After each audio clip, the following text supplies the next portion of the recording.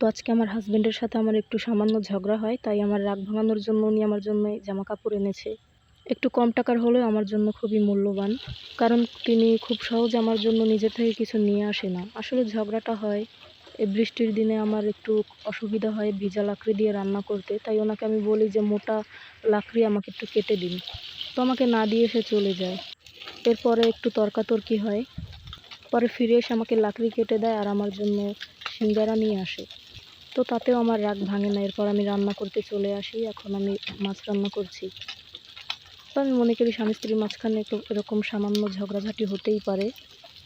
তখন লাকড়িগুলো ভালোভাবে শুকানোর জন্য আমি চুলার পাশে রেখে দিচ্ছি, যাতে চুলার গরমে লাকড়িগুলো শুকিয়ে যায়।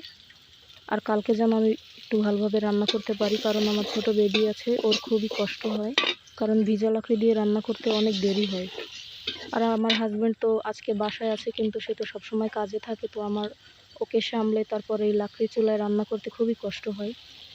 তো আজকে আমি একটু কষ্ট করে এই এক পদই রান্না করব, আর খুবই শর্টকাটে রান্না করব। আজ কোনো স্পেশাল রেসিপি আমি শেয়ার করব না, কিন্তু যদি কারো কোনো ইউনিক রেসিপি চাই তাহলে আমাকে কাছে কমেন্টে বলতে পারেন। তাড়াহুড়ায় মাছগুলোও ভেঙে গেছে। এরপর আমার হাজব্যান্ড এই রান্নার মাঝখানে আমার জন্য সিঙ্গারা নিয়ে আসে, তখন আমি এটা ঢেকে দিয়ে সিঙ্গারা খেতে যাই।